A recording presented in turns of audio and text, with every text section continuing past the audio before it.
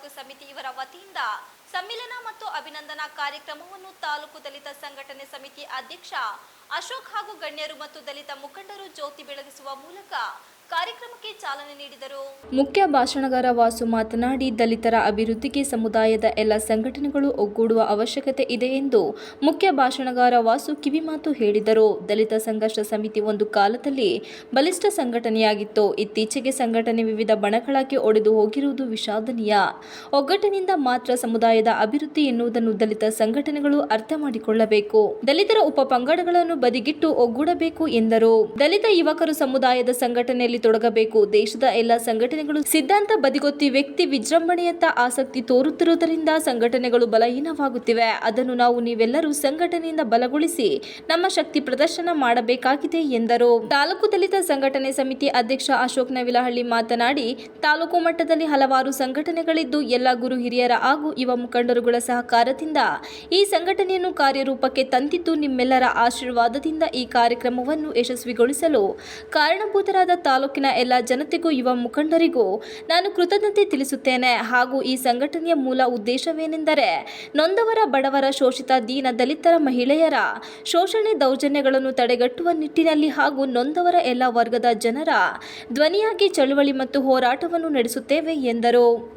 ಈ ಕಾರ್ಯಕ್ರಮದಲ್ಲಿ ದಲಿತ ಸಂಘಟನೆ ಸಮಿತಿ ಜಿಲ್ಲಾಧ್ಯಕ್ಷರಾದ ಚೇತನ್ ಶಾಂತಿಗ್ರಾಮ, ಹಾಸನ ತಾಲೂಕು ಅಧ್ಯಕ್ಷರಾದ ಕುಮಾರ್ ಅಂಕಪುರ, ಉಪಾಧ್ಯಕ್ಷರಾದ ಸುನಿಲ್, ಜೈಬಿ ಮಹಿಳಾ ಸಂಘದ ಅಧ್ಯಕ್ಷೆ ಪವಿತ್ರ, ಹಾಸನ ದಲಿತ ಸಂಘಟನಾ ಮಾಧ್ಯಮ ವಕ್ತಾರ ಸಂದೀಪ್ ಹಾಗೂ ಮುಖಂಡರುಗಳಾದ ಸತೀಶ್ ಕಬ್ಬಳ್ಳಿ, ರಾಮಯ್ಯ, ಮುಡ್ಲಯ್ಯ ಹಾಗೂ ತೇಜು, ಜಗದೀಶ್ ಇತರರು ಇದ್ದರು.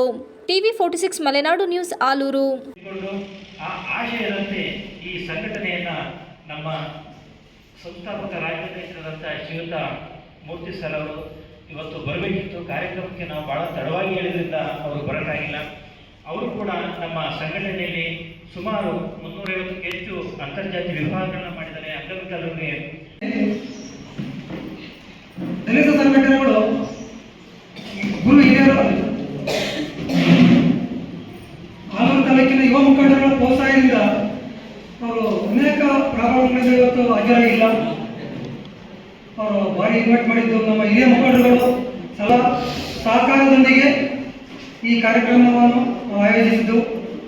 ಹೆಚ್ಚಿನದಾಗಿ ನಮ್ಮ ದಲಿತ ಯುವ ಮುಖಂಡರುಗಳು ಕಾರ್ಯಕ್ರಮಕ್ಕೆ ಆಗಮಿಸಿದ್ದಾರೆ.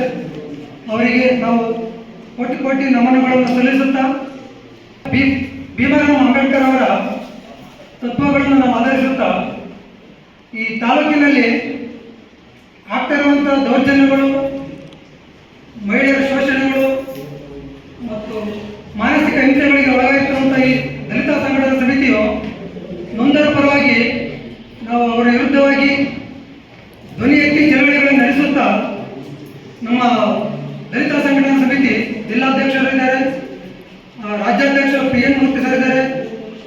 ಅದರ ಆಶ್ರಯದಲ್ಲಿ ನಮಗೆ ಒಂದು ಹೊಸದಾಗಿ ಒಂದು ಕೊಟ್ಟಿದ್ದಾರೆ. ಅದರ ಆಶ್ರಯದೊಳಗೆ ನಾವು ನಿಮ್ಮ ನೊಂದವರ ಪರವಾಗಿ ನಾವು ಈ ಭಾಗದಲ್ಲಿ ಇರುವಂತಹ ಸದಾ ನಿಮ್ಮೊಂದಿಗೆ ನಾವು ಶ್ರಮಿಸುತ್ತಾ ನಿಮ್ಮ ನೊಂದವರ ಪರವಾಗಿ ನಾನು ಸದಾ ನಿಮ್ಮ ಜೊತೆ ನಿರಂತರವಾಗಿ ನಾನು ಸಹಕರಿಸ್ತೇನೆ ಅಂತ ಹೇಳಿ ನನ್ನ 2 ಮಾತುಗಳನ್ನು ಮುಗಿಸ್ತಾ ಇದ್ದೀನಿ. ಜೈ ಭೀಮ್.